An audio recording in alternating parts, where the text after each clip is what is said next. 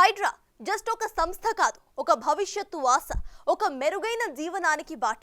చెరువులను చెరబట్టిన వారి భరతం పట్టే సిస్టమ్, డ్రామాలకు చెక్ పెట్టే వ్యవస్థ. అవును, ప్రకృతి పగబడితే దాన్ని ఊహించుకోవటమే కష్టం. ప్రకృతిని నాశనం చేస్తే అది చివరికి మనుషులపైనే ప్రభావం చూపిస్తుంది. ఇది తెలుసుకోనంత కాలం సమస్యలు తప్పవు. తెలిసి తెలియనట్లు ఉంటే అది మొదటికే ప్రమాదం. అందుకే దేశంలోనే తొలిసారి హైడ్రా అనే వ్యవస్థ చెరువులను కాపాడేందుకు విశ్వ ప్రయత్నం చేస్తుంది. బడా నాయకులు, వ్యవస్థలను శాసించేవారు, ఇలా ఎవరున్నా సరే జాన్తానై అంటోంది హైడ్రా. సోషల్ మీడియాలో అయితే ప్రజలంతా పాజిటివ్గా ఉన్నారు, గో అహెడ్ అంటున్నారు. దేశమంతటా ఇప్పుడు హైడ్రా పేరు మారుమోగుతుంది అంటే దానికి కారణం లాబియింగ్ లేదు, మనాపరా భేదం లేదు. అక్రమమైన ఏ కట్టడమైనా నేల కూలాల్సిందే.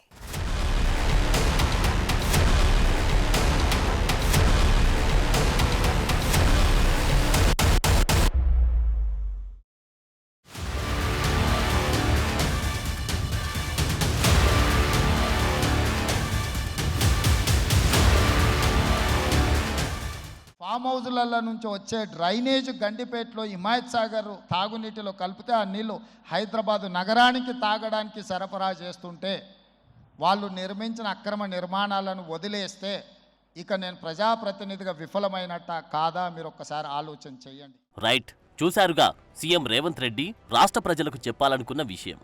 హైడ్రాను ఏదో అన్ని శాఖల మాదిరిగానే పెట్టకుండా దీనికో లెక్క పెట్టారు. చెరువులను చెరబట్టిన ఎఫ్టీఎల్, బఫర్ జోన్లలో ఉన్న వాటిని క్లియర్ చేసేస్తున్నారు. ఇందుకోసం ఎంతవరకైనా వెళ్తామంటున్నారు. దీనిపై ప్రజల నుంచి పాజిటివ్ రియాక్షన్ వస్తుంది. అదే ఊపులో అక్రమ నిర్మాణాలన్నీ నేలకూలుతున్నాయి. హైదరాబాద్ సిటీ పరిధిలో చెరువులు, పార్కు స్థలాలు ఆక్రమించి 18 చోట్ల చేపట్టిన 166 నిర్మాణాలను కూల్చివేసినట్లు Hyderabad disaster response and assets monitoring protection agency ప్రకటించింది. ఆక్రమించింది పెద్దలా, చిన్నవారా కాదు. అక్రమం పర్యావరణానికి ప్రమాదమని తేలితే చాలు బుల్డోజర్ వెళ్తుంది, కూలుస్తుంది.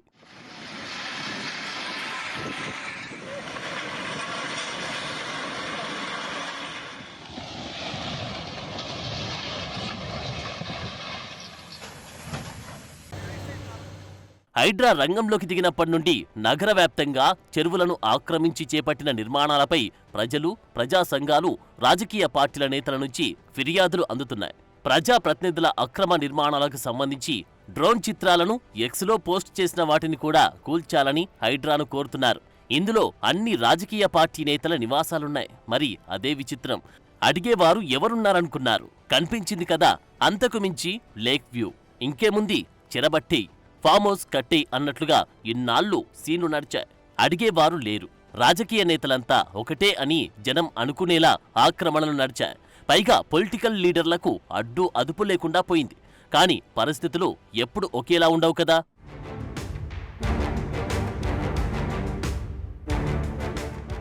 దేనికైనా ఓ లెక్క ఉంటుంది, అది దాటితే కష్టమే. ఇప్పుడు హైదరాబాద్ చెరువుల సంగతి కూడా అలాగే మారిపోయింది. చెరువులన్నీ కుంచించుకుపోయాయి. చిన్న వర్షానికి వరద పోటెత్తుతోంది. ఫీడర్ ఛానల్స్ అన్నీ మూసుకుపోయాయి. నీళ్లు వెళ్లే దారి లేదు. అందుకే రోడ్లే చెరువులుగా మారుతున్నాయి. ఇక లోతట్టు ప్రాంతాలన్నీ మునిగిపోతున్నాయి. ఇవన్నీ సమస్యలే. ఇలాంటి వాటి విషయంలో కళ్ళు మూసుకొని ఉంటే ముందు ముందు చెరువు అన్నదే మిగలదు. ప్రజలను ఈ సమస్యల నుంచి బయటపడేసేందుకు సీఎం రేవంత్ ఆలోచనల నుంచి వచ్చిందే హైడ్రా. మరి అన్ని పార్టీల నేతలు, వ్యవస్థలను శాసించే వారి ఫామ్ హౌస్లు, ఆక్రమణలను కూలగొడితే అడ్డుకోవడం ఈ కాలంలో చాలా ఈజీ. కానీ దీనికి సీఎం రేవంత్ ఆదిలోనే చెక్ పెట్టారు. హైడ్రాకు చైర్మన్గా ఏకంగా సీఎం రేవంతే ఉన్నారు.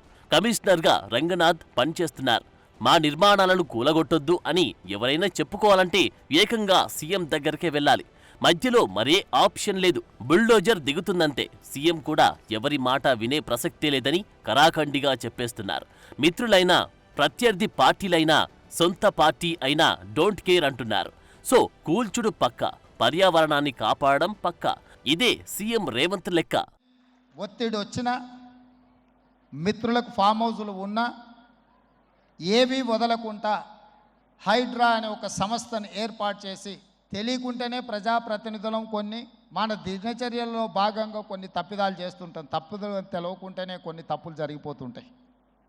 మరి ఆ ఖాతాను సవరించుకోవడానికి, ఆ బ్యాలెన్స్ షీట్ను సవరించుకోవడానికి తెలిసి కొన్ని మంచి పనులు చేయాలని నేను ప్రగాఢంగా విశ్వసిస్తున్నా, నమ్ముతున్నా. ఆ తెలిసి చెయ్యాలనుకుంటున్న మంచి పనులో భాగము ఈ చెరువులను చెరబట్టిన వాళ్ళ నుంచి విముక్తి కలిగించాలన్న ఏకైక లక్ష్యంతోనే ఈరోజు చెరువులను ఆక్రమించుకున్న వాళ్ళను ఎవరిని వదలకుండా ఉక్కు పాదంతో అణిచివేయాలన్న ఆలోచన, అందులో నిర్మాణాలను ఏ ఒత్తిడి వచ్చినా వెనక్కి తక్కకుండా తొలగించాలన్న ఆలోచనతోనే ఈరోజు ఈ చెరువులలో ఉన్న అక్రమ కట్టడాలను కూలగొడుతున్నాము. చెరువు శిఖం భూముల్లో ఎట్టి పరిస్థితుల్లో నిర్మాణాలు ఉండొద్దని భారత అత్యున్నత న్యాయస్థానం సుప్రీంకోర్టు గతంలోనే స్పష్టమైన తీర్పిచ్చింది. అదే ఆ తీర్పును అమలు చేయాలంటే ఏ ప్రభుత్వానికైనా గట్స్ ఉండాలి, బాధ్యత ఉండాలి, చిత్తశుద్ధి ఉండాలి. చాలా వరకు ప్రజల దృష్టిలో రాజకీయ నాయకులు అంటే మనం బరంపురం అన్నట్లుగానే ఉంటూ వస్తోంది. మా జోలికి మీరు రావద్దు, మీ జోలికి మేం రామన్నట్లుగా నడిచిన కథలు ఇకపై నడవవంటోంది రేవంత్ సర్కార్. చెరువులను చెరపట్టిన వారి నిర్మాణాలు నిలమట్టం చేసేదాకా హైడ్రా స్పీడ్ తగ్గబోతంటున్నారు. ఒకవైపు హైడ్రా కూల్చివేతలతో స్పీడ్ పెంచుతుంటే పొలిటీషియన్ల గుండెల్లో దడ పెరుగుతోంది. బుల్డోజర్ వచ్చి కూల్చిందంటే అది ఆక్రమించిన స్థలమే అని జనంలో బలంగా నాటుకుపోయింది. దీంతో కబ్జా చేసిన వారెవరో ఈజీగా తెలిసిపోతుంది. అందుకే బుల్డోజర్ రాకుండా చాలా మంది తెర వెనుక ప్రయత్నాలు మొదలుపెట్టారు. కానీ హైడ్రా బుల్డోజర్కు బ్రేకులే లేవు. అది ఎవరిదైనా ఎందాకైనా. అందుకే అన్ని పార్టీల నేతలు ఒక్కరొక్కరుగా తెరపైకి వస్తున్నారు. ముందు మీ పార్టీ వాళ్ళ అక్రమ నిర్మాణాలు కూల్చండి, ఆ తర్వాతే మా దగ్గరికి రావాలంటున్నారు. పైగా కక్షగట్టి తమ పార్టీ నేతలపైనే అక్కస్తో బుల్డోజర్ తీసుకొస్తున్నారంటున్నారు. పార్టీ మారకపోయినా బుల్డోజర్ పంపిస్తున్నారంటున్నారు. అంతేకాదు, ముందు బడా కాంగ్రెస్ లీడర్లవి కూల్చాక పేదల స్థలాల జోలికి వెళ్లాలంటూ అంటున్నవారు ఉన్నారు. అసలు లేని పేదల స్థలాలకు లింకు పెట్టి బుల్డోజర్ నుంచి తప్పించుకునే ప్రయత్నమా అన్న డౌట్లు కూడా పెరుగుతున్నాయి. ప్రజల దృష్టి మరల్చడానికి ఒక డైవర్షన్ పాలిటిక్స్కు ఈ ప్రభుత్వం ప్రయత్నం చేస్తూ ఉంది. హైడ్రా పేరిట హైడ్రామా నడుపుతూ ఉన్నారు.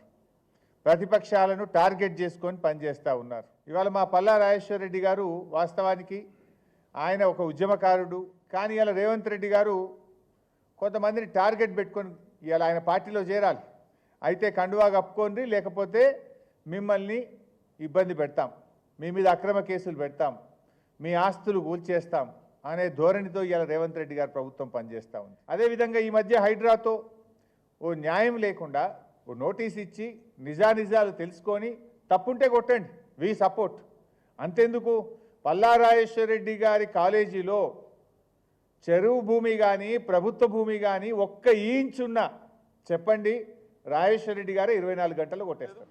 ఎలా చెరువులు పూడ్చి కట్టారో అవన్నీ కూడా శాటిలైట్ ఇమేజెస్ ఉన్నాయి, చూసుకోండి. రంగనాథ్ గారితో మాట్లాడుకోమనండి.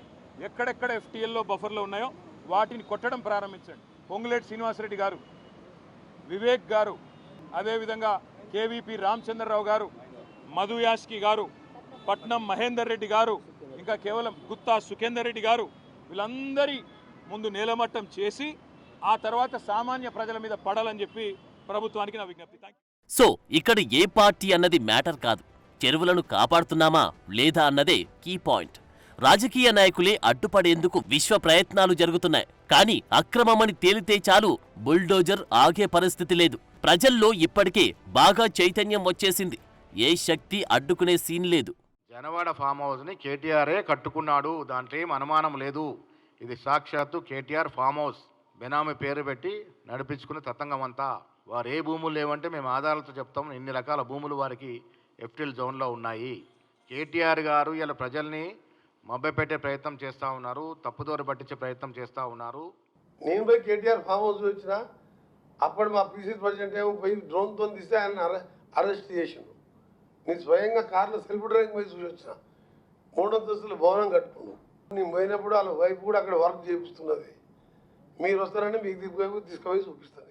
హైడ్రా అన్న వ్యవస్థ ఏ ఒక్కరో ఇద్దరినో టార్గెట్ చేసుకున్నది అసలే కాదు. అలా అనుకోవడం కూడా భ్రమే అవుతుందంటున్నారు. ఎఫ్టీఎల్ బఫర్ జోన్లో ఎవరైనా అక్రమ నిర్మాణాలు ఉంటే గౌరవప్రదంగా తప్పుకోవడమే బెటర్ అని, అలా చేస్తే ప్రజల్లో కాస్తైనా విశ్వసనీయత మిగులుతుందంటున్న వారు ఉన్నారు. రాజకీయాలు పక్కన పెడదాం, పారదర్శకంగా పనిచేద్దాం. ఫస్ట్ వచ్చి నీ జన్వాడ ఫామ్ హౌస్కి పెట్టి జేసీబీ, తర్వాత మీ పార్టీ ఎమ్మెల్యేలు ఉన్నాయి కదా, నేను పేర్లు చదివి నా నోరు ఖరాబ్ చేసుకోదలుచుకోలేదు. నీ కుటుంబ సభ్యుల 3 పేర్లు చదివినా కదా, ఈ 3 ఫామ్ హౌస్లకు ముందు పెట్టు జేసీబీ. మున్సిపల్ అడ్మినిస్ట్రేటివ్ మంత్రిగా కేటీఆర్ అన్నట్టు ఆయన చేసినన్ని తప్పులు ఈ ప్రపంచంలో ఆఖరికి దావుద్ ఇబ్రాహిం అనేటట్టు కూడా చేయలేదు. అన్ని తప్పులు చేసిండు కేటీఆర్ అన్నట్టు. ఎందుకు రేవంత్ రెడ్డి చర్య తీసుకుంటలేడు? పొంగులేటి గారు ఎందుకు ఛాతీ కొట్టుకుంటారు? రా రా టేపు పట్టుకొని రా, ఎందుకు పట్టుకోవచ్చు?